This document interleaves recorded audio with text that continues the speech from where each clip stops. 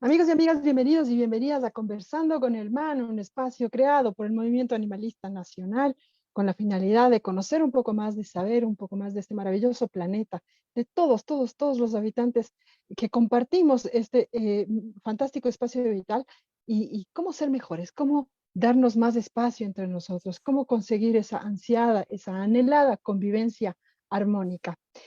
Mi nombre es Maritza Rubián y voy a estar con ustedes 60 minutos conversando con el man. Tenemos un tema interesantísimo. Es tan interesante que es ya la segunda parte de este tema.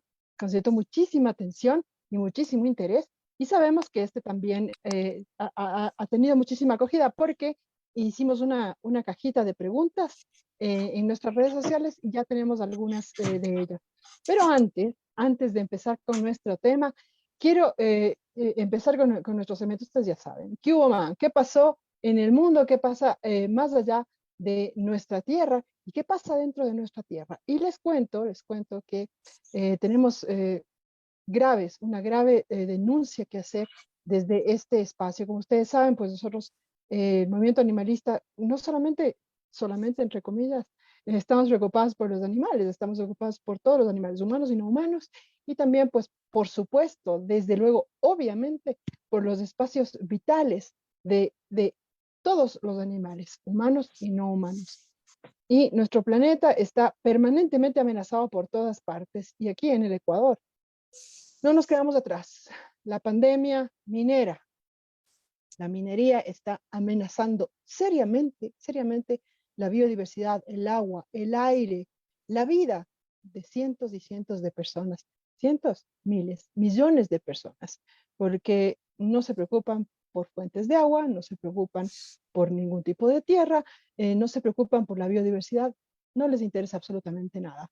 Estamos hablando de los señores mineros, y estos señores mineros son 4 o 5. Que no les vengan a convencer de que la minería nos va a sacar de pobres, porque se va a ganar menos que con el boom petrolero, y ya ven, el boom petrolero no nos sacó de pobres.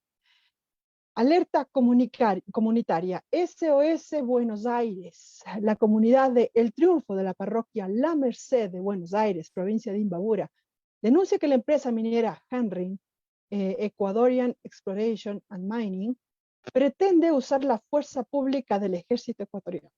Sí, señor. Nosotros le pagamos la seguridad privada a los señores de la minera. ¿Por qué digo eso? Porque nosotros pagamos a los militares y los militares están protegiendo a las mineras. Están forzando el ingreso para construir campamentos y plataformas de exploración, violentando los derechos de la consulta ambiental y la propiedad privada. En la madrugada del día 24 de enero se informó que a 20 minutos del centro poblado de la parroquia están formando y agrupándose en un bus y camionetas la Policía Nacional y la gente del humo, la Unidad de Mantenimiento del Orden. Los comuneros denuncian que la vía por la que pretendían ingresar es un camino abierto por los finqueros, por sus propios medios y sin apoyo del Estado ecuatoriano. Por lo tanto, al no haber sido expropiados por autoridad competente o por Henry tener en firme una servidumbre forzosa, es decir, están violando la propiedad privada. Informa que desde hace 15 días trabajadores de la empresa minera y el ejército ecuatoriano se estacionan al ingreso de la comunidad y que el día de hoy, el día 24, se habrían duplicado vehículos y varios uniformados. La empresa minera Henry pretendería ingresar a la propiedad de Hugo Rosero y Artemio Malquín, quienes aparentemente han autorizado a Henry realizar sus actividades en los predios. Sin embargo, a lo más de 30 finqueros no han autorizado ni han otorgado servidumbre para ingreso de la empresa y el uso del camino. El día de ayer, el día 23 de enero, en la comunidad del Triunfo pernoctaban 2 camiones con aproximadamente 100 militares que resguardan 15 camiones, 15 camionetas, 5 camiones, una volqueta y una retroexcavadora de la minera. Los señores militares están protegiendo y defendiendo a las mineras y atacando a los comuneros. Déjenme le explico esto. Quienes deberían protegernos a nosotros están protegiendo el capital privado. Así de sencillo, así de simple. Es como si nosotros le estuviéramos pagando la seguridad privada a los señores de las mineras. Y la última información que tengo, y ya le voy a decir dónde tengo, es que han sido detenidos ya compañeros antimineros, Ausimero Armas y Daniel Sotaminga, y un comunero del cual se desconoce el nombre, fueron detenidos a las 11 de la mañana del día de hoy por la Policía Nacional. Por supuesto, la comunidad exige su liberación. ¿De dónde saco esta información? De la página del Observatorio Minero Social y Ambiental del Ecuador y del Frente Antiminero. ¿Por qué le quiero recalcar eso? Porque no va a haber esta noticia ni en Teleamazonas, ni en Ecoavisa, ni en el comercio, ni en ninguno. Ningún espacio va a dar cabida a este tipo de noticias porque pues no quieren enojarse con el poder. Ellos no quieren incordiar al poder. Y por supuesto, oponerse a la actividad minera es incordiar al poder. No estamos hablando de minería ilegal, entre comillas, que es la mala, la perversa, la terrible, la que daña el medio ambiente. Estamos hablando de la santa, buena y bendecida por todas las autoridades, minería legal. Sí, la empresa Henry es minería legal. Y están cometiendo este tipo de ilegalidades en comunidades cercanas a nosotros y comunidades que lo que hacen es proteger el agua, el aire y la biodiversidad de todos los ecuatorianos. Y cuando esta gente viene acá a protestar, ¿sabe qué dicen? Son terroristas. Los terroristas son ellos, ¿no es cierto? Cuando nosotros desde nuestra comunidad, de nuestro privilegio, qué triste que esto sea un privilegio, abrimos la llavecita de agua y tenemos agua potable. Gracias a esta gente. A la gente que está arriesgando su vida para proteger el territorio, para proteger la biodiversidad, el agua y el aire de todos los ecuatorianos. Por favor, infórmese a través de redes sociales porque no hay medios hablando de este tema. Nuestros hermanos de la comunidad de Buenos Aires están siendo atacados por los militares, quienes resguardan a las mineras. Mantengámonos informados, mantengámonos alertas, porque este es un atropello que no puede seguirse dando en nuestro país. ¿Qué podemos hacer? Por lo menos informarnos, por lo menos estar enterados, por lo menos darles apoyo manteniendo esta información vigente, ¿no? Reposteando esta información. Preocupados nos quedamos, pero vamos a continuar con nuestro tema. Como les comentaba, este tema pues ya tuvo una primera parte y fue de muchísimo interés. Hablamos de los perros llamados agresivos. Existe incluso un término, PPP, el perro potencialmente peligroso. Pero ¿en serio hay perros potencialmente peligrosos? Yo creo que hay más humanos potencialmente peligrosos. Vamos a conversar en este espacio y vamos a responder muchísimas inquietudes, así es que póngale nomás, métale nomás a las preguntitas en las casillas de nuestra publicación en Facebook. Vamos a conversar con Rubén Cordero. Él es adiestrador y especialista en comportamiento canino y es propietario del centro de adiestramiento El Pastor. Rubén, bienvenido por segunda vez a Conversando con el Man. Es un placer. Hola Rubén, muchísimas gracias. Gracias a todos por la invitación. Primero que nada, pido disculpas si por ahí me escucho un poco ronco. Ando un poquito enfermo, pero esperemos que todo vaya sin problemas. Todo bien, Rubén. Esperemos Sí, de que no hecho, te afecte mucho el hablar. no, creo que no. Habíamos conversado en la última entrevista respecto a las causas que puede originar conductas agresivas en perros, ¿sí? Y abordamos lo que considero que son los aspectos básicos, es decir, qué considerar en primera instancia en el momento que estamos tratando, manejando, tenemos conocimiento de un perro agresivo, ¿sí? Entonces, como para resumirlo brevemente, lo primero que mencionamos es que deberíamos descartar cualquier posible causa clínica que pueda derivar o contribuir a la agresión en el perro, ¿sí? Entonces, lo que se recomienda es una revisión, un chequeo profundo por parte de un veterinario calificado, que evalúen al perro, que se descarten procesos inflamatorios, de dolor en perros, neurológicos, problemas hormonales, etcétera, ¿no? Son una de las causas que podrían derivar o contribuir a la agresión, ¿sí? No sé si tienes alguna pregunta o preguntas ya en particular respecto al tema de agresión. Tengo unas 4 que son las que he podido ver me parece que han estado publicando en En respuesta Instagram. a sus publicaciones, ¿no? Sí, voy a leerlas y la vamos respondiendo. Em, Ya, claro que sí. Crucita, Crucita Nancy nos pregunta, ¿por qué se debe adiestrar a los perros? Me gustaría, Rubén, que nos comentaras qué diferencia hay entre educación y adiestramiento y por qué se debe adiestrar a los perros. Ok, a ver. Realmente el uso de estos términos, que al fin y al cabo no son más que asignados por nosotros los humanos, eh, de muchas formas se utilizan el uno por el otro, sí son intercambiables. Lo que hay gente que dice, bueno, quiero educar a mi perro, que no deberíamos nosotros tratar de confundir o tratar de romantizar el manejo con los perros o humanizar, diciendo, bueno, tengo que enseñarle modales a mi perro. Hay que entender que el perro en sí es una especie muy distinta a la nuestra, ¿sí? Que nosotros hemos domesticado y que se han ido domesticando a través de los años, pero que en primer lugar debemos conocer de dónde viene esta especie, cómo se maneja, cómo se comunica, poder entender al perro como una especie para poder ayudarlo de la mejor forma, ¿sí? Entonces, realmente el uso de estos términos, educar, adiestrar, se ha venido usando, digamos, en el mismo contexto. Cuando nos referimos a adiestrar un perro o rehabilitar un perro, no es lo mismo. Cuando trabajamos en lo que es aprendizaje de diferentes comandos, en la enseñanza, adiestramiento de perros en diferentes disciplinas y lo que es modificación de conducta, sí tratamos 2 temas apartes. Realmente, en el perro, por ejemplo, en las sesiones que manejo aquí en el centro, el primer paso es siempre realizar una evaluación del perro, ¿sí? En esta evaluación, pues, consideramos temperamento del perro, motivantes, impulsos, posibles detonantes para problemas de comportamiento. Y una vez realizada la evaluación, entonces determinamos en qué se busca trabajar con el perro y el tipo de metodología que vamos a usar. Sí, no hay 2 perros que se adiestren de la misma forma.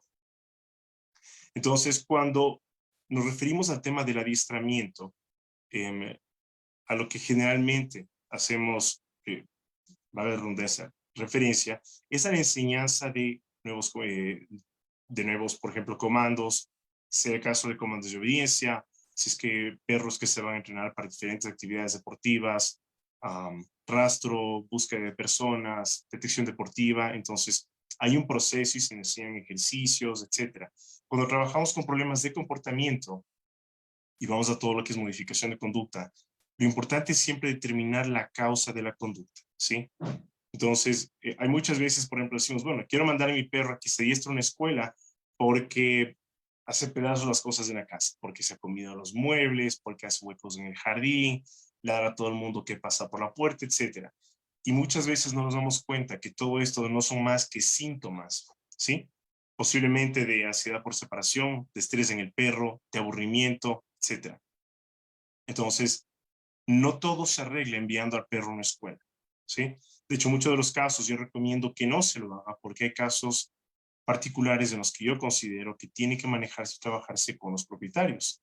¿Por qué? Porque el comportamiento de los perros está muy ligado de 2 factores que son muy importantes. Uno que es el entorno del perro y otro que es la dinámica que el perro mantiene con el círculo inmediato, es decir, con la familia, con el dueño. ¿Sí?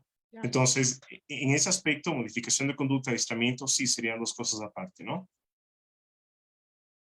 Y es un poquito también, un poco hacernos cambiar a nosotros de cosas, porque nosotros cometemos muchísimos errores que a la final terminan influyendo en los perritos. Me parece, me acuerdo muchísimo de este caso. Eh, Todos los perros pequeñitos estos, los chiquititos del Shih Tzu, Mm, todos los perros Shih Tzu que yo conocía hasta hace poco eran bravísimos y antipatiquísimos y peleones y llorones, todos.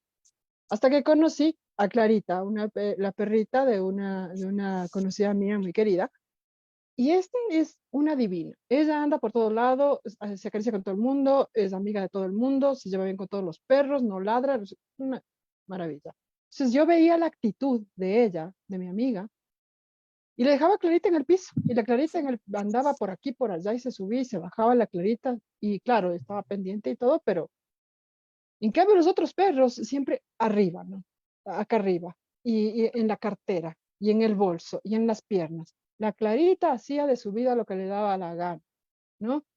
Ese es un comportamiento que yo he visto en las personas que consideran que el Shih Tzu, no sé, que no tiene pies del pobre animalito, y lo mantienen todo el tiempo cargado. Yo creo que eso debe Sí. ser lo que influye en el carácter de este perrito. No necesariamente puede contribuirse al desarrollo de ciertas conductas, pero hay que tener muy claro, y aquí entran varios factores que realmente influyen, incluso desde la perspectiva social. Lo primero que determina el comportamiento de un perro es su genética, número uno, ¿sí? Después de esto, viene obviamente experiencias vividas y aprendidas del perro, el manejo que se le ha dado, conductas que ha imitado de otros perros, etcétera. Pero el primer factor es el factor genético, ¿sí? Número uno. ¿Y a qué vamos de estos? ¿Cómo o desde qué punto influimos nosotros como sociedad en todo esto? Es donde viene, por ejemplo, el tema de la cruza indiscriminada de perros, ¿no? Eh, en la última semana, por lo menos 3, 4 personas por ahí han llegado con la consulta de que, bueno, pero quiero cruzar a mi perro, o mi perro está buscando novia, etcétera. Y es uno de los errores más grandes que podemos cometer, ¿no? Em, Más allá del tema de la sobrepoblación de perros, en todo el tema urbano, el, el tema este y la cuestión de cruzar perros, la reproducción de perros, debería ser manejado por un criadero competente, ¿sí? Em, ¿Y esto por qué? Porque nosotros tenemos que evaluar temperamento, no solo del perro, no solo del perro que voy a seleccionar de la manada, sino de los padres, de sus abuelos, ¿entiendes? De todo el linaje, porque obviamente son características genéticas y esto se va heredando camada tras camada. Tenemos que evaluar aspectos clínicos, que todos los perros tengan o que gocen de buena salud, que no tengan enfermedades degenerativas, etc. Pero sí son aspectos todos esos que van a influir en ese resultado final, que es el cachorrito que llevamos a casa. Entonces, ese primer factor, el más importante, es el factor genético, número uno. Teniendo eso en mente, definitivamente hay este manejo en el que obviamente hay perros que son considerados perros falderos, ¿no?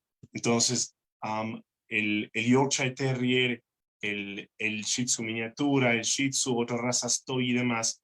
Y claro, a la gente le gusta todo este tema de moda, ¿no? O sea, porque más allá de ser un perro de compañía, es también este tema que no lo considero sano, pero de generar una relación de dependencia, ¿sí? De ambas partes. Y eso genera muchísimos problemas de comportamiento, ¿no? Entonces, es algo que hay que tener muy en cuenta, tratar de evitar gran parte de los problemas de comportamiento que puedo evaluar aquí en el centro. Veo que son un reflejo de el manejo inadecuado en casa, ¿sí? Entonces hay cosas que se pueden evitar y hay que entender también que todo perro es un mundo aparte, todo perro es diferente. Entonces, así yo tenga 5 perros en la casa y los críe de la misma forma, el resultado nunca va a ser el mismo. Hay que tener eso presente, ¿sí? Entonces, lo que está bien para un perro puede que no esté bien para otro. No porque tuve un perro hace 10 años en la familia y se comportaba de una u otra manera, quiere decir que el perro que tengo en la actualidad va a ser exactamente igual. Entonces hay que tener eso presente.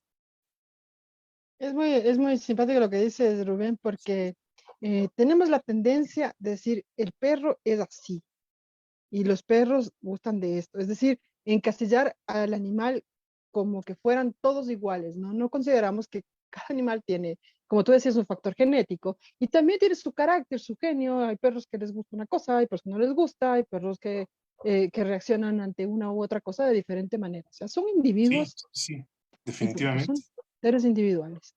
Importante eso. Em, Tenemos otra pregunta por acá. La Paulita Arana, un abrazo, Pau. Eh, ¿Cómo se debe, cómo debemos acercarnos a un perro desconocido? Por favor, Rubén, explícanos esto, porque créeme, yo he visto cosas terribles, y perdón, lo voy a decir. personas que hacen rescate. He visto el video del rescate y a mí me aterra, ¿no? El perro ahí en dolor, golpeado, lo que sea, y se acercan así, como que fuera el perro de su casa, ¿no? Con las manos abiertas así y en alto. A mí me parece terrible que no nos formemos para lo que estamos haciendo. Si estamos tratando con vidas, deberíamos formarnos para esto y además preocuparnos por nuestra seguridad. ¿Cómo me acerco a un perro que no conozco? Eh, a un perro sano y a un perro que no está sano, que está golpeado, que tiene que ser rescatado. Ayúdanos, por favor. A ver, esa es una buena pregunta, porque aquí creo que deberíamos evaluar varios factores. Y uno de ellos, considero que el primero debería ser si acercándome al perro, por ejemplo, en el caso que es expuesto ahora, si se trata de rescatar un perro, muchas de las situaciones podemos agravar la situación del perro con un acercamiento que sea muy directo, que sea un poco invasivo, ¿sí? En lugar de encontrar una solución. Entonces, primero evaluar la situación en la que me encuentro. Si ese es el caso, obviamente debería ser realizado por gente que tenga experiencia, pero si una persona, un civil cualquiera, se encuentra con un perro en una carretera a punto de ser atropellado, entonces, obviamente tenemos que actuar rápidamente. Obviamente las opciones que tenemos no son muchas, pero la idea es salvaguardarle la vida del perro, la nuestra también, primero de alejarlo de peligro y poco a poco, entonces, procurar un aproximamiento.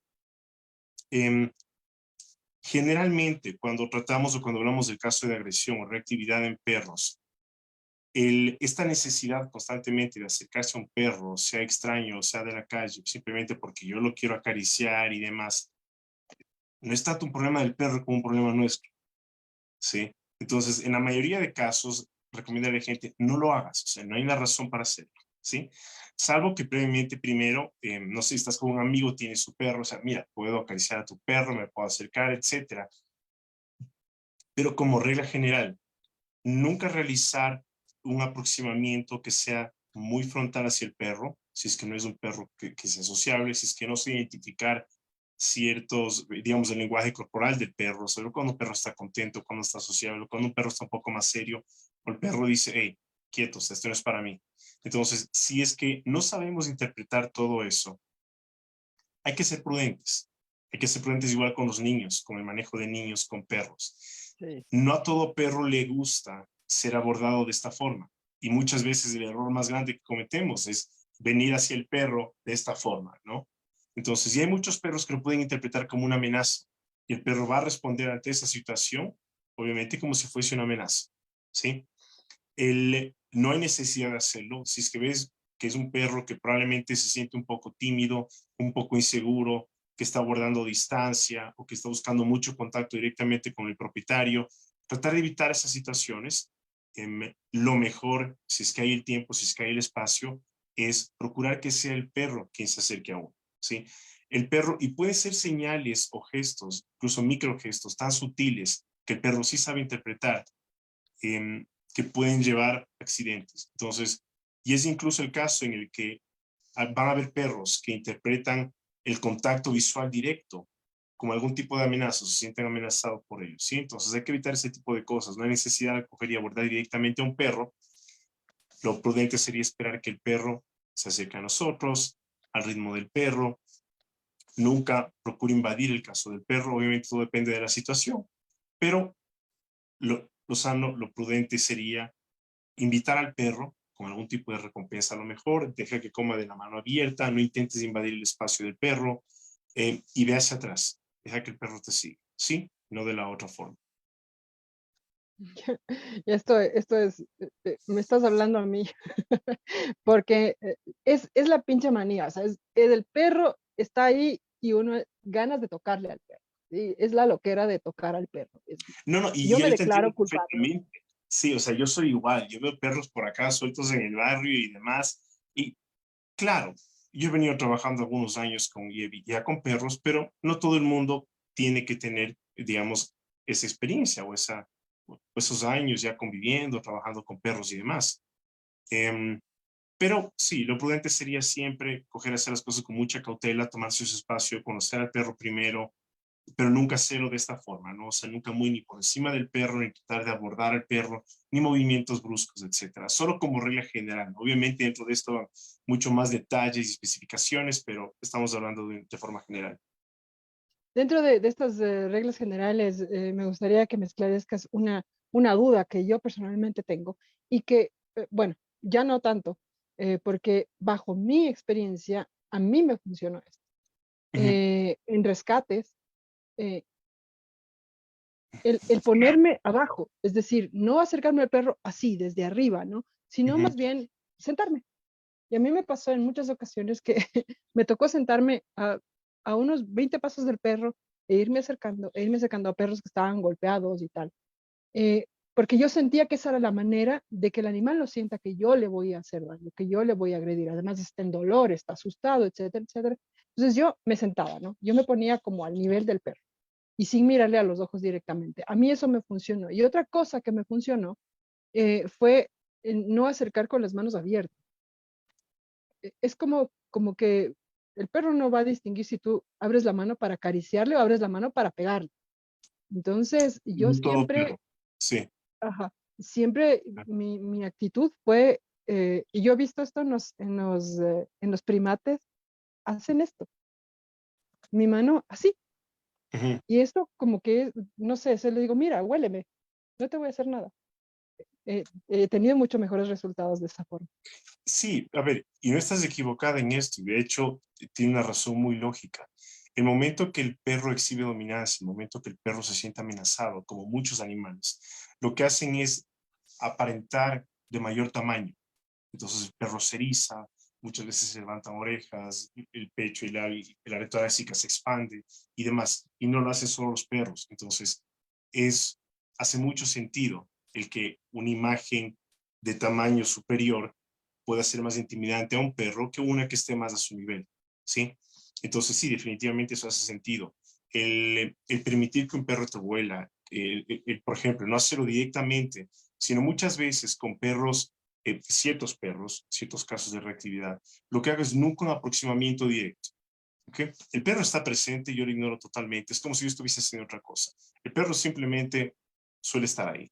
Y no hacer un aproximamiento directo, sino que permitir estar de costado, ligeramente como para poder ver lo que está pasando, pero que sea el perro el que, viendo que no se siente amenazado ni intimidado por ti, tenga el deseo de hacer ese avance y decir como que, bueno, voy a olfatear, voy a ver qué pasa aquí. Hay que recordar que el perro, a ver, aquí hay algo que nosotros solemos confundir, y no es que los perros vuelen el miedo, ¿sí?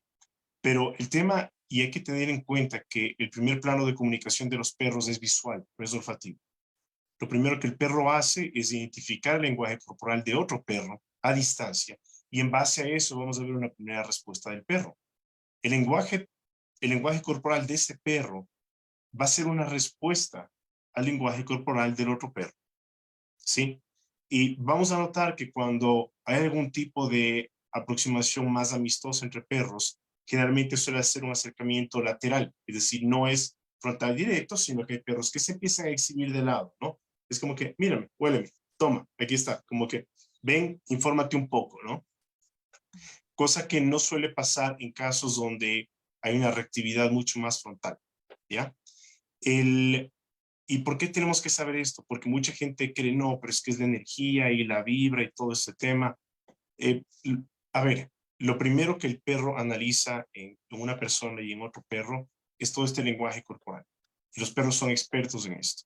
Entonces, y esto incluso se ve reflejado en microgestos, ¿sí? El llevar a un perro, si es que yo que sé, un cliente está muy nervioso, asustado, porque el perro posiblemente vaya a atacar a otro perro porque no sabe cómo se comporta, y lo primero que hace es poner tensión en la correa y amarrarse a la correa aquí por si acaso.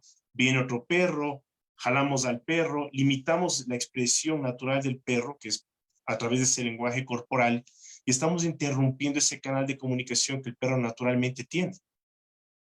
Por eso, la mejor manera si es que los perros inevitablemente se van a conocer y ya hubo ese acercamiento, la mejor manera de evitar una pelea es relajando la correa por completo. No gradualmente, relajarla por completo. Si es que yo, por el contrario, pongo tensión en la correa el momento que viene otro perro que no pudo haber sido evitado, yo estoy restringiendo, limitando mucho esa capacidad comunicativa de mi perro, y eso puede detonar, sí, algún tipo de reactividad. ¿Ya? Entonces hay que tener ese tipo de cosas presentes.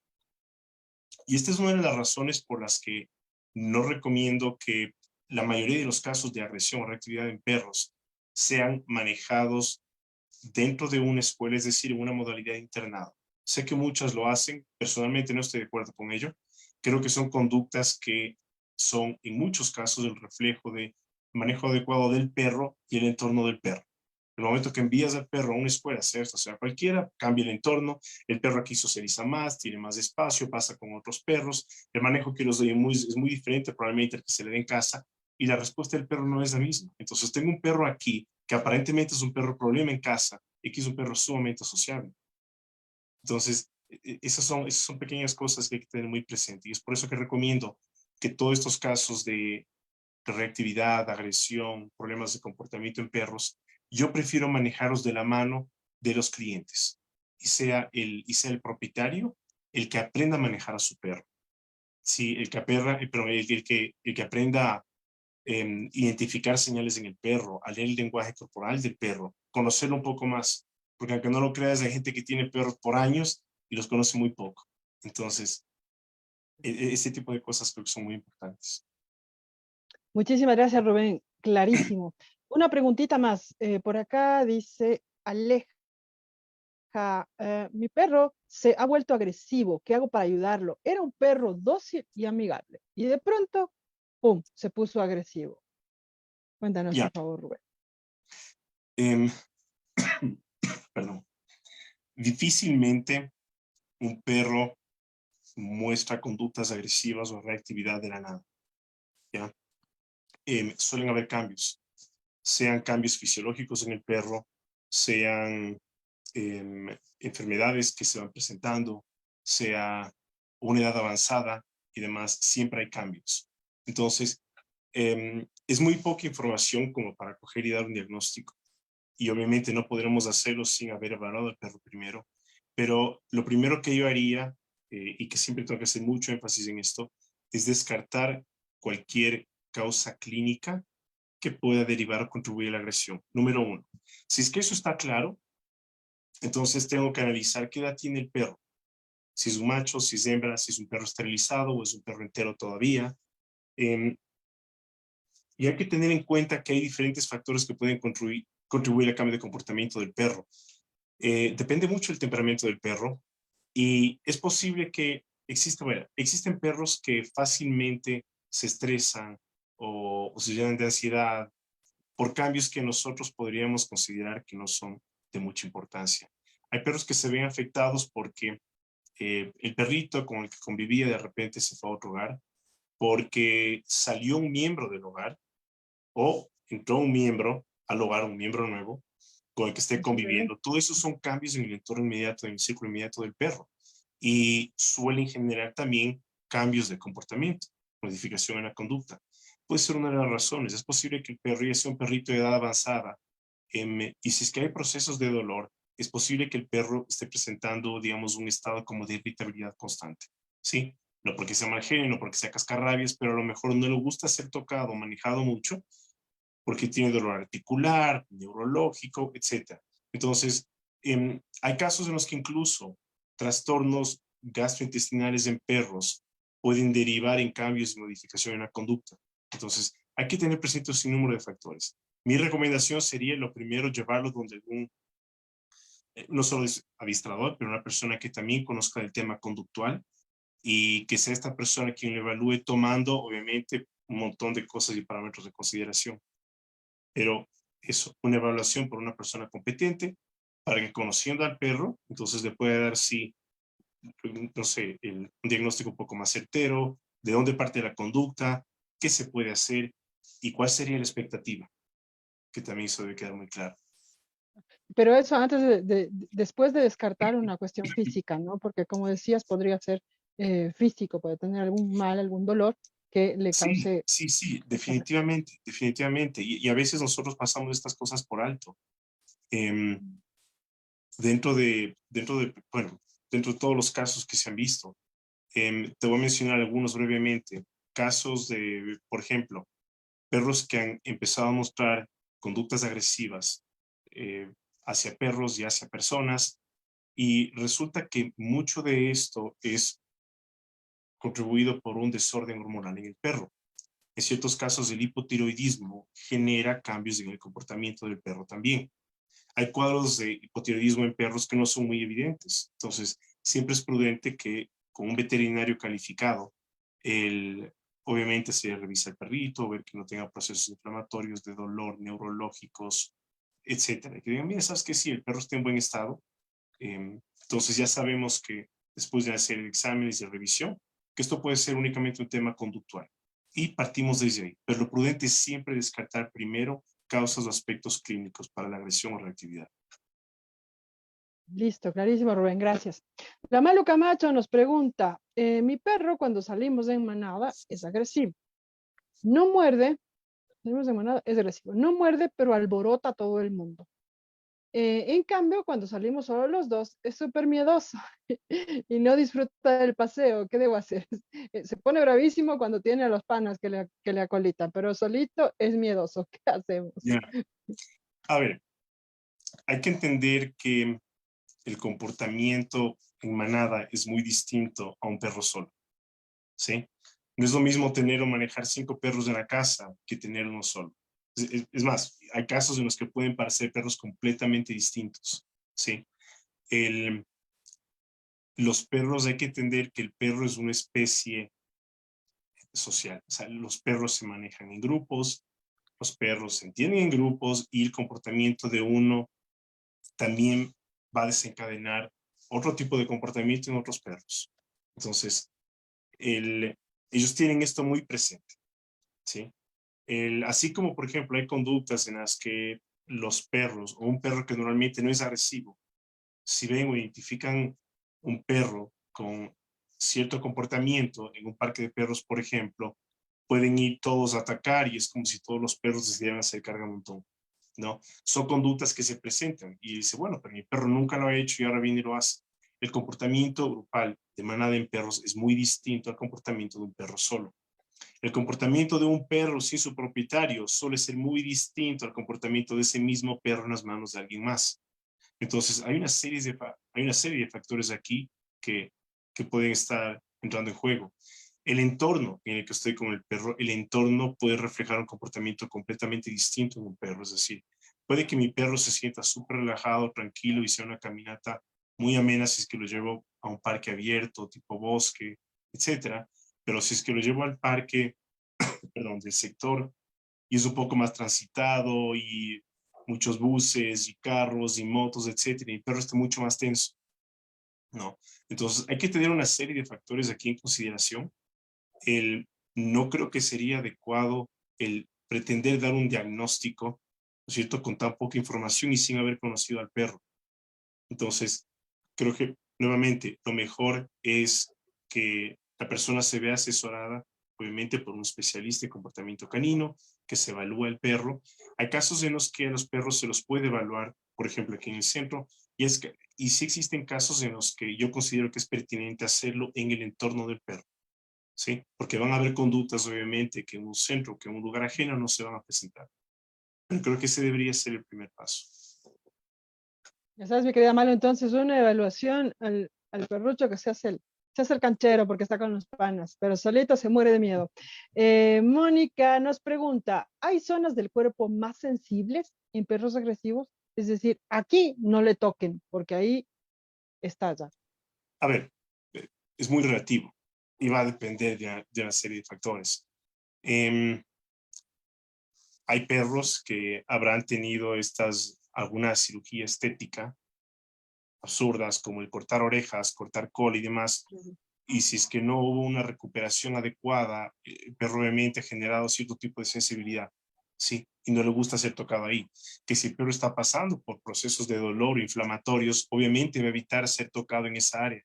Entonces, el que existan zonas específicas en la que los perros no desean ser tocados es muy relativo, va a depender del perro, ¿no? Hay perros que se sienten amenazados cuando viene otro perro y los huele, o si es que alguien les toca la cola o la cadera y demás. Entonces va a depender de una serie de factores. Si estamos tratando con un perro que probablemente tenga algún nivel de displasia de cadera, tenga algún problema o dolor Claro. articular y demás, es un perro que va a evitar el contacto. Entonces, Pero no hay como, por ejemplo, en los gatos, porque los gatos, por ejemplo, generalmente, casi generalmente, no les gusta que les toquen la panza. Casi que les, normalmente las odian que patas les toquen la panza a los a la gatos. panza. Ya. Ajá. A Entonces, en ver, los perros no hay así como un... no existe en los perros, al menos no en mi experiencia, una zona que digo, no, definitivamente cuidado porque esto va a detonar reactividad en el perro. ¿Sí? Hay perros, por ejemplo, he visto y evaluado perros que evitan, por ejemplo, ser tocados o que se maneje el tren posterior, ¿no? Parte de la cadera, parte de las patas posteriores, la cola, etcétera. Hay perros que por lo contrario vienen y parecen gatos, ¿no? Y es como que empiezan a arrimar un poquito la cadera como para que rasques y la cabeza. Por ejemplo, hay zonas que los perros prefieren que nosotros les toquemos. Obviamente estoy asumiendo que es un perro sociable y que le gusta el contacto físico. Y a los perros les gusta mucho que rasquemos debajo del cuello, las orejas, parte de las costillas, etcétera, ¿no? Pero en sí una zona, como para decir existe una zona sensible en el perro que puede detonar la lesión, eso es relativo y va a depender, y esto puede variar muchísimo de un perro al otro. Y hay perros que les encanta que les toquen las orejas y hay perros que no van a permitir que lo hagas.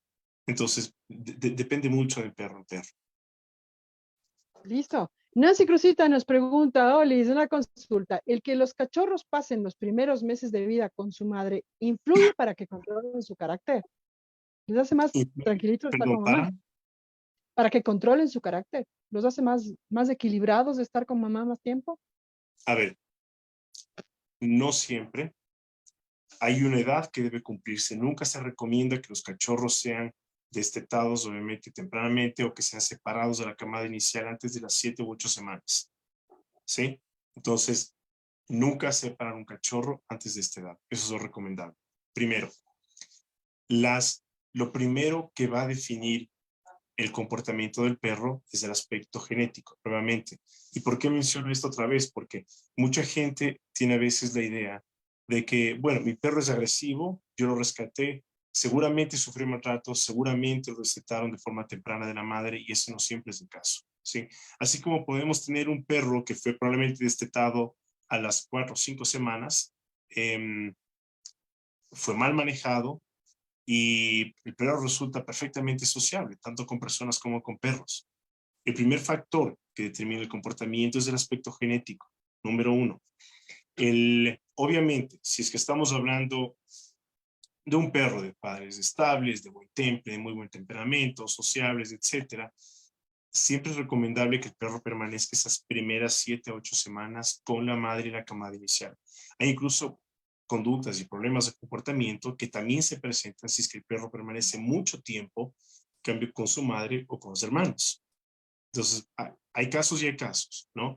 Pero posterior, digamos, a estas semanas, estas 7 u 8 semanas que son críticas, vienen, perdón, vienen fases muy importantes de desarrollo, dentro de ellas fase de socialización. Entonces, si es que nosotros de forma positiva y temprana exponemos al perro a diferentes estímulos, vamos a tener un cachorro que presenta mejores respuestas, ¿no? Entonces, procesos de impronta en perros, un sinnúmero de cosas.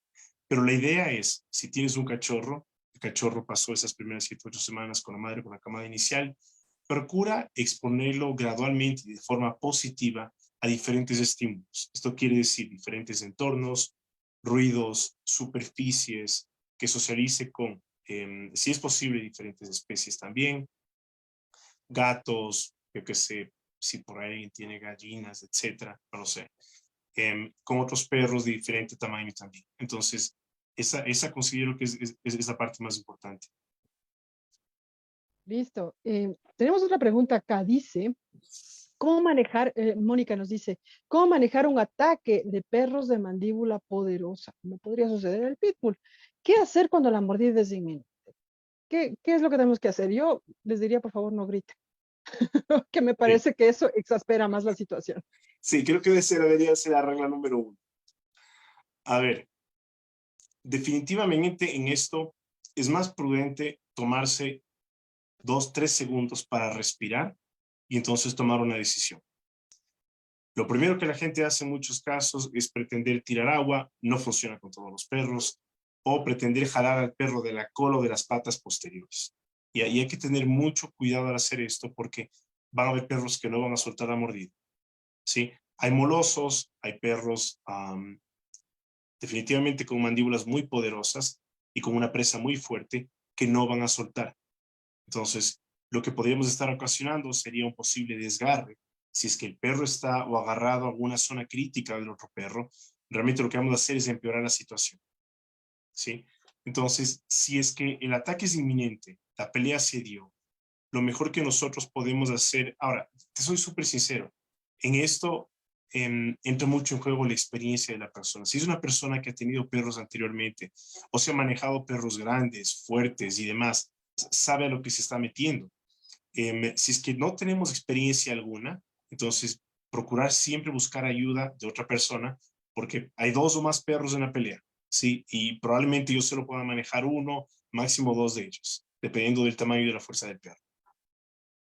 Pero si es que está en juego la vida de otro perro, lo prudente sería definitivamente no jalar patas, no jalar cola. Y te voy a explicar, no creo que existe una sola manera. Cuando me ha tocado hacerlo, tengo que brevemente, es como que dar un escaneo a la situación y entonces decidir cómo voy a entrar, por decirlo así. ¿Sí? Y hay perros con los que lo primero que hago es agarrar la parte del cuello, ¿sí? Si es posible, con ambas manos, aquí. E inmediatamente lo que hago es poner las piernas por encima del perro a la altura de la cadera. Junto los talones y lo que voy a hacer es que si el perro está aquí en la mitad y esta es la cabeza del perro y aquí está la cadera, si yo pongo junto mis talones debajo de la cadera del perro, lo único que tengo que hacer es apretar las piernas acá. Y eso impide que el perro esté dando vueltas, se esté moviendo por todo lado, siempre y cuando yo tenga control del cuello del perro o de un collar que sea muy seguro. A veces son estos collares de broche, eso salta, se dispara y el perro está suelto. Pero esto no lo puede hacer cualquiera porque obviamente va a depender si tienes cierta fuerza o no, si es un perro grande, pequeño, etc.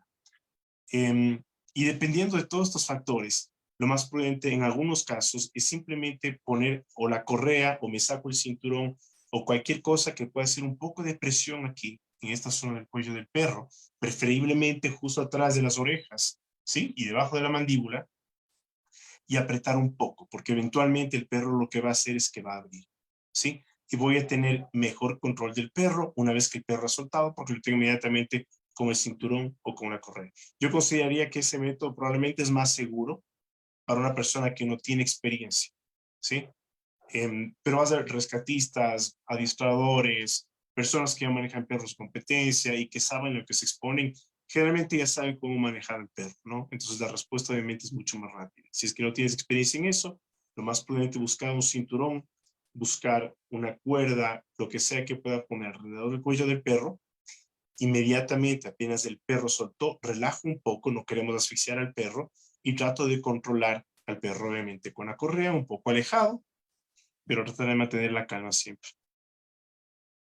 Calma y tranquilidad. Lo primero que la gente hace es, ¡ay, el perro! Creo que eso es lo peor que pueden hacer. Erika Constante nos pregunta, mi perrita de 1 año ve a perros y se va de frente a ladrar desesperadamente y no la puedo controlar. ¿Qué puedo hacer? Es por ahí el mismo caso de la Malu, ¿no? A ver, no se trata tanto de qué debo hacer. A ver, muchas veces buscamos nosotros, no, a ver, ojo, no digo que este sea el caso, pero tengo que generalizar para tratar de que esto se vea reflejado en tantos casos como sea posible.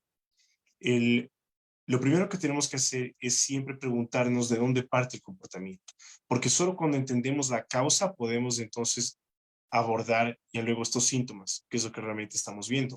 El que un perro empiece a exhibir algún tipo de reactividad, que ladre, que quiera lanzarse contra otros perros, que mucha gente dice, bueno, es que mi perro es alfa, mi perro es dominante y está muy lejos de ser eso. En muchos casos no deja de ser más que un mecanismo de defensa del perro. Si el perro, con el manejo que se le ha dado, con el trato que le he dado, El perro ha aprendido que el momento que el perro exhibe algún tipo de agresión, yo lo separo de lo que el perro entiende o percibe como una amenaza, entonces el perro dice, perfecto, yo he aprendido muy bien que lo que tengo que hacer es ladrar y perder la cabeza y que se me vuelva la teja para que me saquen de este enredo en el que estoy, ¿ya? Entonces, aunque no lo creas, muchos de estos casos se ven detonados por un manejo incorrecto del perro. No digo que este sea el caso. Y el manejo va no solo en las salidas, el manejo viene desde casa.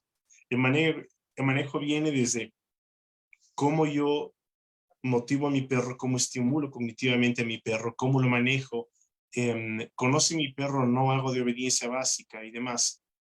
Y entonces la salida es simplemente algo más, ¿sí? Pero hay que tener en cuenta que son una serie de factores. Muchos perros exhiben ese nivel de agresión como un mecanismo de defensa. Posiblemente es un perro que se siente muy inseguro, un perro que de cierta forma se siente amenazado por otro perro, se siente frustrado o estresado, y lo que va a hacer es exhibir agresión precisamente como eso, como un mecanismo de defensa. Entonces hay que, como te digo, sí hay que evaluar ese número de cosas, pero primero preguntarnos de dónde parte el comportamiento del perro. Importantísimo saber de dónde parte el comportamiento. ¿Qué pasó? De repente el perrito no es que es agresivo, sino que es miedoso. Tiene miedo y Sí, como dice Rubén, y en muchos casos, sí.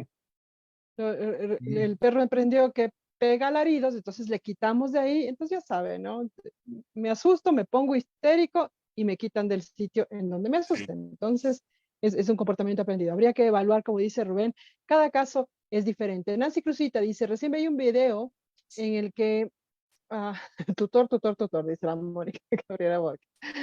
Recién vi un video en el que decían que no se les debe poner perfume a los perros porque su especie pueden atacar al reconocer un olor que no es el propio. ¿Qué opinas del tema de ponerles perfumitos a los perros? A ver, primero quisiera encontrar una buena razón para poner un perfume a un perro. Sí, si no le gusta el olor a perro, cómprese un peluche y ya. No, sí, definitivamente. Y en muchos, a ver, y hay que ser así de claros. A ver, estos no son bebés, estos no son hijos humanos, ellos son perros. Hay que conocerlos como perros, hay que entenderlos como perros, hay que respetarlos como perros. Hay que conocer, tomarnos el tiempo de entender la especie, de dónde vienen, cómo se comunican, qué es lo que hacen, qué es lo que les gusta o no les gusta hacer, ¿no? Hace, bueno, algún tiempo atrás creo que había circulado un video en el que esta chica, no sé si era influencer o se dedicaba a generar contenido en redes, pero quería de cierta forma mostrarle al mundo cómo su perro sí es vegetariano y el perro prefiere una dieta vegetariana a una dieta carnívora, ¿no? Hasta que se dio cuenta que hizo el papelón cuando el perro se fue encima de la mesa, no fue primero el plato que tenía carne.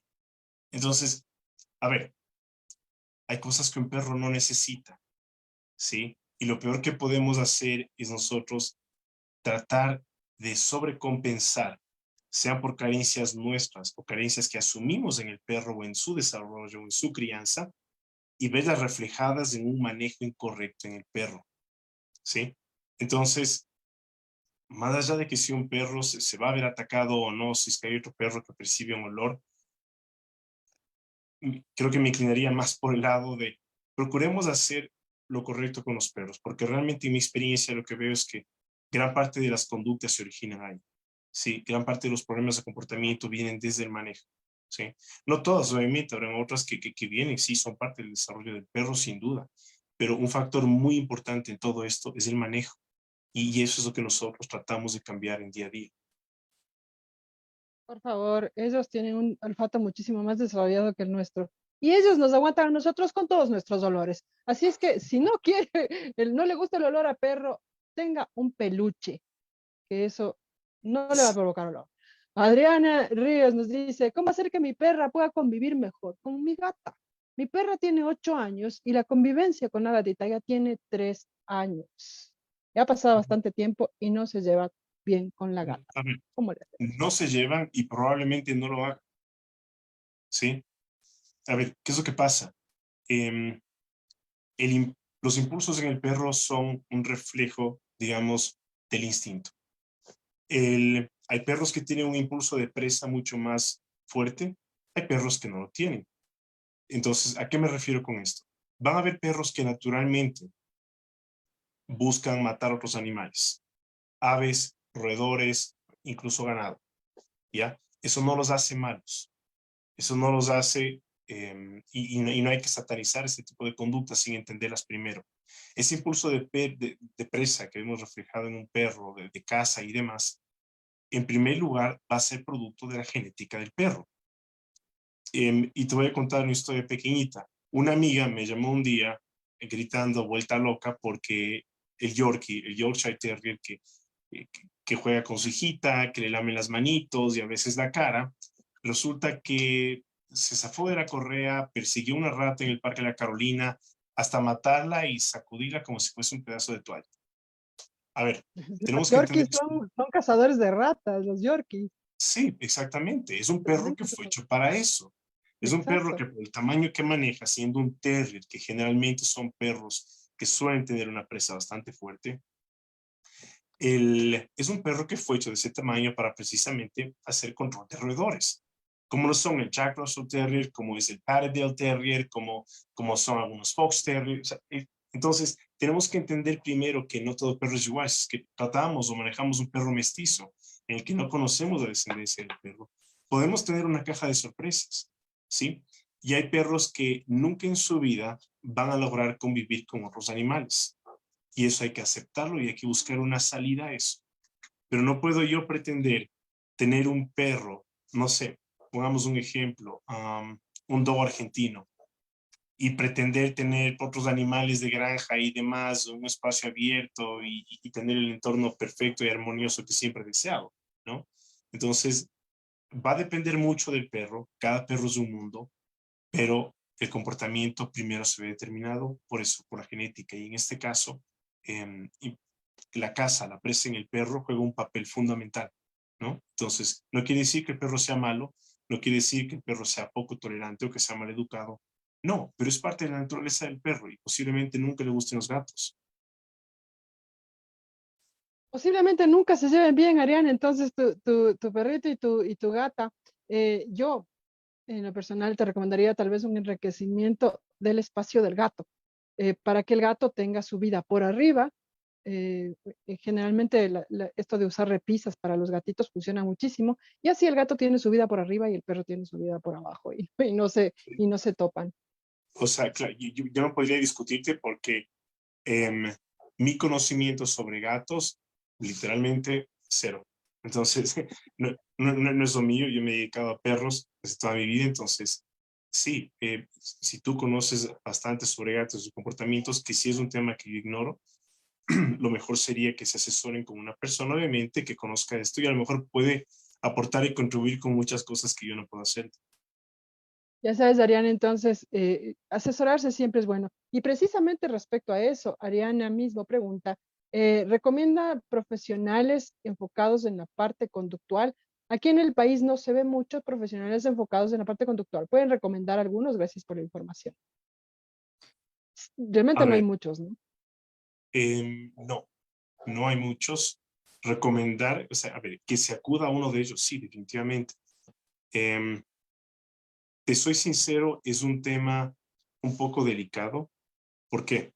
Porque, a ver, primero hay que entender una cosa, y ojo, con esto no quiero decir que no existan buenos profesionales en el área. Sí, estoy seguro que he escuchado de muchas cosas, he escuchado que hay etólogos que saben hacer su trabajo y que realmente vale la pena.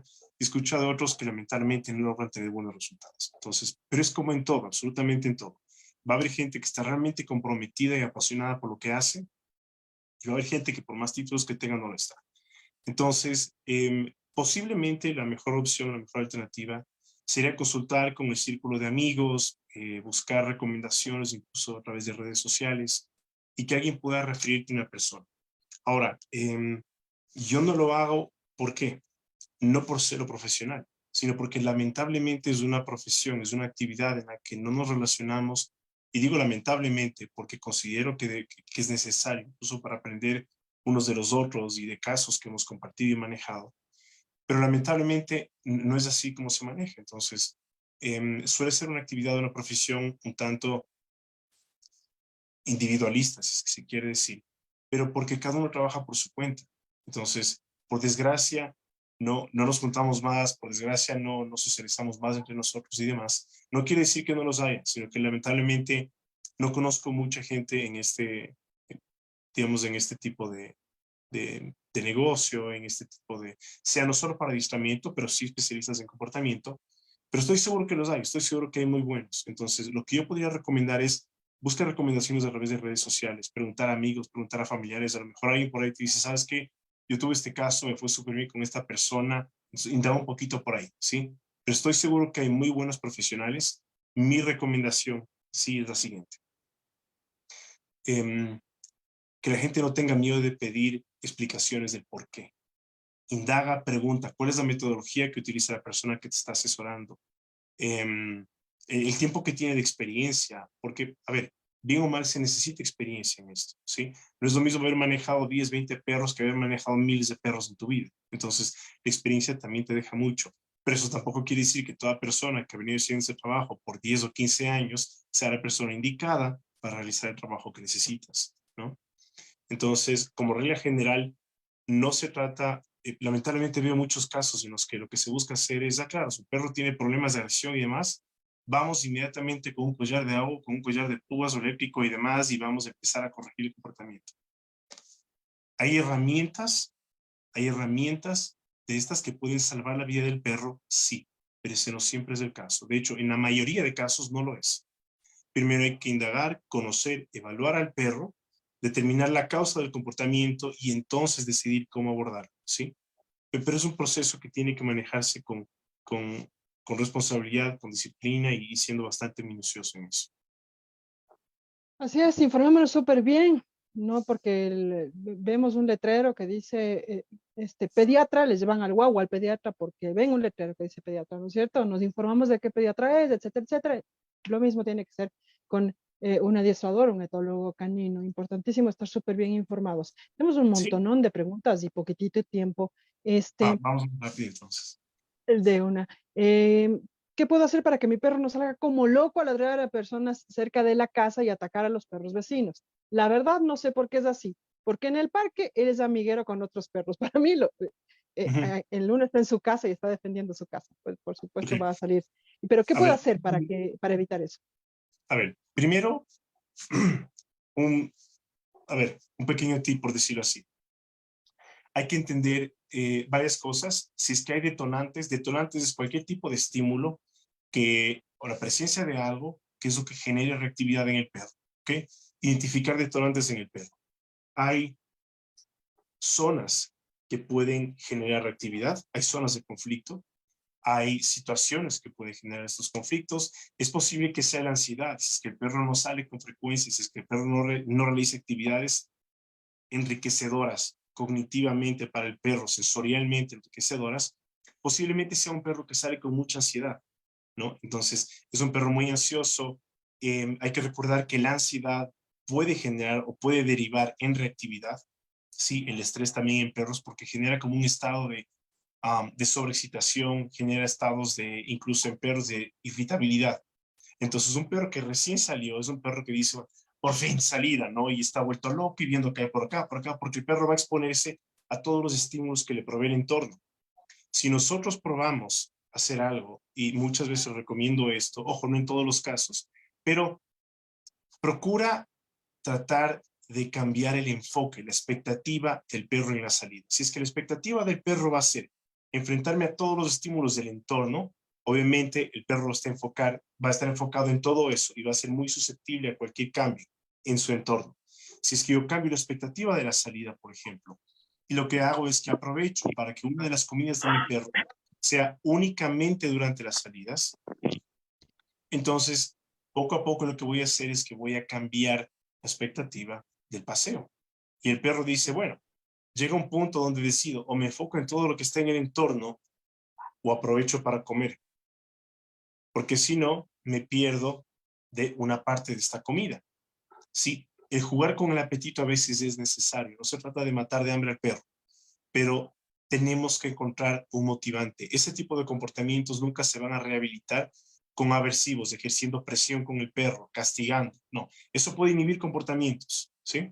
Pero como decíamos, es equivalente a que te digan o te pongan una pistola en la cabeza y te digan no grites, a que te enseñen a mostrarte más calmado en diferentes situaciones, a tener mejor manejo del estrés, resiliencia, etc. Entonces, cambiar la expectativa de la salida con el perro, tratar de hacerlo inicialmente siempre con mucho refuerzo positivo, pero identificar cuál es el detonante, qué es lo que está causando ese tipo de reacción en el perro. Estar pilas entonces de identificar qué detona la agresividad en el animalito. Bueno, Victoria Dávila nos hace una pregunta para personas. Y que no sé, creo que Rubén no nos puede ayudar en esto, pero ¿qué te diré, mi amiga? ¿Cómo se puede concientizar a las personas en dos puntos? Primero, que no descuiden a sus perros cuando abren las puertas de los garajes y los perritos se salen corriendo. Y otro punto, cómo concientizar a los conductores para que respeten a los perritos que no atropellen la vida. Mi querida Victoria, si vieras la cantidad de campañas que se ha hecho para esto, es terrible. Rubén, un consejito No, me ahí. imagino, y ustedes, o sea, creo que en este sentido ustedes mejor que yo deben conocer del tema, porque creo que posiblemente es una de las preguntas más complejas. Y lamentablemente es porque, como tú sabes, esto depende de todos, ¿sí? Y el momento que nosotros no actuamos con civismo, el momento que nosotros no... A ver, seamos realistas, muchos de nosotros ni siquiera conocemos cómo se llama el vecino, ¿entiendes? Pero buscamos algún tipo de aporte, buscamos algún tipo de ayuda cuando se dé el caso, de colaboración. Entonces, creo que esto parte mucho desde ese actuar del individuo como persona, ¿no es cierto? Sí, organizaciones como ustedes hacen un excelente trabajo concientizando y demás. Es un tema muy difícil porque a nosotros no nos gusta informarnos o educarnos mucho. A veces buscamos ese tipo de información express, ¿no? Lo que te presenta en un TikTok en menos de un minuto y te cambia la vida. Ese tipo de cosas no existen. O le dedicas tiempo, esfuerzo, disciplina, o las cosas simplemente no van a funcionar. Y eso va para todo. Entonces, es un tema bastante complejo. Creo que desde nuestro punto de vista lo que podemos hacer es siempre tratar, porque obviamente nos vamos a equivocar, pero tratar de hacerlo desde el ejemplo, ¿no? Entonces, mira, por ejemplo, el que la gente, creo que poco a poco, y esto ha cambiado para bien. Em, claro, antes no se veía tantos perros adoptados, ¿no? Como animales de compañía. Entonces ahora empiezas a ver muchos más perros mestizos y, y claro, nos hemos pasado en ciertos aspectos de la raya también, pero hay cosas que han cambiado para bien. La gente está un poco más consciente de que su perro, si se desocupa en un sector, en una, no sé, una vía pública y demás, eh, van y lo recogen, entonces todos salen con unas fundas, etcétera, no todos, pero creo que más y más gente lo está haciendo. Entonces creo que la mejor manera de hacer todo esto es hacerlo con el ejemplo. Si eres de esas personas que está escuchando o está viendo esa transmisión y crees que no es necesario salir con el perro con correa, es necesario. Sí, de hecho es obligatorio según la normativa, pero por favor, saca a tu perro, no solo por tu perro, porque quieres que sea libre, pero también por la seguridad de los demás, ¿no? Entonces, el número de casos que he escuchado en los que se han dado accidentes porque el perro que siempre ha estado libre y sin correa, por haber razón, se asustó, salió corriendo a la, a la calle y fue atropellado, son bastantes. Los he visto, he tenido que asistirlos, entonces tener mucho, mucho cuidado con eso. Pero la mejor forma creo que es empezar a predicar ese ejemplo. Eso es, mi querida Victoria, educación, educación y educación, no hay de otra más. Ariana Ríos dice, mi perra detesta los gatos, especialmente a esos. Con los otros perros es medio tensa, pero con los gatos se pone brava, ladra, se desespera y parece que se estresa mucho. Es su perra, ¿no es cierto? No le gustan los gatos y punto. ¿Y le gustarán en algún momento, Rubén, los gatos a esta perrita? A ver, mal ¿O haría los yo en decirte tolerará al sí o no. menos? Mal haría en decirte sí o no. Em, Hay una serie de factores, ya lo conversamos, creo que la mayoría ya lo mencionamos antes, en el caso Sí. que nos mencionaron también sobre el gato, pero definitivamente primero conocer al perro y lo mismo, identificar de dónde parte la conducta. No es lo mismo un perro que tenga un deseo de caza o de presa súper fuerte y desee matar otros animales como aves, roedores, etcétera, o gatos, a un perro que de pequeño probablemente fue golpeado por un gato. Entonces, la situación es muy distinta. Entonces hay una serie de factores que hay que considerar y en base a eso, pues evaluando al perro, sí tomar una decisión. Importantísimo entonces, mi querida Adriana, una evaluación de por qué ese enojo contra los gatos. Voy a leer el último mensajito porque ya se nos acaba el tiempo. José Cordero hace una pregunta interesantísima. Tengo un cachorro de 7 meses. ¿Cómo puedo evitar que se coma su propia caca? Le gusta comerse su propio excremento al perrito. Cuéntanos, ¿de qué se trata esto, Rubén? A ver, esto que se conoce como coprofagia, ¿sí? Y que es de comerse las heces, sean las de perro mismo o sean las de otros perros u otros animales incluso. Y, a ver, nuevamente, este tipo de comportamiento debería ser primero evaluado por un veterinario. ¿Por qué? Porque hay ciertos, perdón, hay ciertos trastornos digestivos en los perros, ciertas condiciones clínicas que pueden, obviamente, contribuir a que el perro se coma las heces. Número uno. Hay otros casos en los que la coprofagia se presenta en perros que han vivido o han sido criados en hacinamiento, ¿sí? Y se vuelve una conducta aprendida en el momento que el perro intenta limpiar el área en la que se encuentra, ¿sí? Número dos. No quiere decir que esta sea la causa, esa es una de las posibles causas. Otra de las causas que suele darse es cuando el perro es castigado severamente porque ha defecado dentro de la casa o un espacio donde no se desea, ¿sí? Entonces el perro, no todos los perros, hay perros que lo que van a hacer es limpiar su espacio para evitar ese tipo de consecuencia, ¿sí? Entonces, y no son las únicas, pero hay una serie digamos, de razones, de causas que pueden llevar a este tipo de comportamiento. Entonces, en algunos casos es una mala asimilación o absorción de nutrientes en el perro. Se encuentran todavía restos orgánicos en las heces que llaman la atención del perro y al perro le llama la atención comerse, ¿no? Varía mucho también, incluso dependiendo de la dieta del perro. Hay casos en los que son reflejo de ansiedad, de aburrimiento, de estrés en el perro. Entonces, hay que evaluar una serie de factores. No hay una causa única para ese tipo de comportamiento, pero sí entender de dónde puede partir para tener una idea y empezar a descartar esas posibilidades. Ya sabes, entonces, Josué, hay que evaluar por qué el perrito lo está haciendo, por qué está haciendo. Puede, como dice Rubén, ser conductual o puede ser físico incluso. Se nos queda por aquí. Ah, bueno, la Cris Alarcón da una importante tema sobre gatos. Ah, Nancy Cruzita dice, muchas gracias por tu respuesta. No es el respeto a los animales no humanos que el baño sea solo por aseo. No perfumes, por favor, no perfumes para los animalitos. Y Adriana nos dice, Adriana Navarrete, es que venden ese tipo de productos para perros y la gente es víctima del marketing. Totalmente de acuerdo. Nueva cosa que sale, le agarramos y le chantamos al pobre perro sin más ni más. La Cris de Alarcón dice, es por eso que antes de juntar perros y gatos debemos ver si el animalito que tenemos es tolerante a la otra especie. Si poner sitios donde los gatos puedan huir de perros, sitios altos. A los gatos les gustan los sitios altos, a ellos les gusta dominar el espectro desde arriba, así es que si puedes enriquecer el ambiente con lugares altos donde se pueda subir tu gato, muchísimo mejor. Mi querido Rubén, como la vez anterior levantó muchísima expectativa este conversatorio contigo, te agradecemos muchísimo por esclarecer nuestras preguntas y pues una cosa nos queda súper clara. Estar súper pendientes y conocer a nuestro perro es fundamental, fundamental para conocerle su lenguaje físico, para conocer qué puede motivar cambios de comportamiento. Así es que conocer a nuestro animalito de compañía es fundamental. Te agradecemos muchísimo, Rubén. Un mensajito final, por favor. Muchísimas gracias, Rubí, a ustedes por la invitación, a las personas que están escuchando. Em, Definitivamente, creo que, a ver, como mensaje final, educarnos, ¿sí?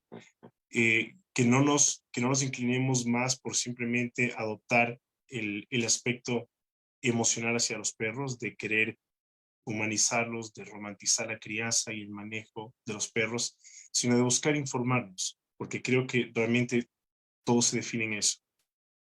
Tenemos excelentes fuentes. Obviamente, no toda fuente que encontramos en Internet y en libros tiene que ser veraz, pero con un poquito de criterio, con un poquito de investigación, de tiempo, dediquémonos a consultar con especialistas. Ustedes están ahí, fundaciones que hacen este tipo de labor, que conocen también del manejo de perros. Nosotros, en el que podamos asesorar a la gente, lo hacemos con muchísimo gusto, pero educarse, educarse en cuanto al manejo del perro, a conocer la especie, saber lo que la especie como tal necesita y no lo que yo quisiera ver reflejado en mi perro. Importantísimo, Rubén, te agradecemos mucho este consejo porque sí, en efecto, ame a su perro, ámelo con el corazón, con la vida, ámelo todo lo que quiera, pero ámelo responsablemente. Y el amor responsable es un amor que se educa, edúquese, porque no somos la misma especie. Vamos a convivir con una especie que no es igual a la nuestra. Edúquese para tratar al perro con la dignidad y el respeto que el perro se merece. Ese sería el consejo. Muchísimas gracias, Rubén. Te agradezco un montón por estar aquí en Conversando con el Man. Gracias a ustedes. Amigos y amigas, estuvimos con Rubén Cordero. Él es adiestrador canino y es súper experto en este tipo de comportamientos raritos que no nos gusta ver en nuestro perro. Es especialista en comportamiento canino, propietario del Centro de Adiestramiento El Pastor. Antes de irnos, quiero darles unos dos importantísimos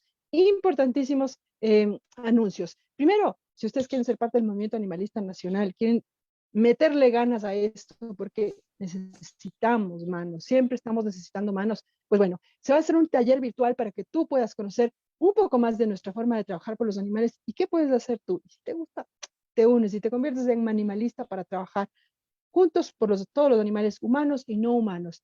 Cuando este domingo 29 de enero a las 15 horas va a ser este taller. Puedes escribirnos a través de las redes sociales porque el taller es vía Zoom, es virtual, así es que va a estar súper interesante. Escríbenos si quieres formar parte del movimiento animalista nacional. Domingo 29 de enero a las 15 horas se va a realizar un tallercito para conocer qué es lo que hace el movimiento animalista nacional.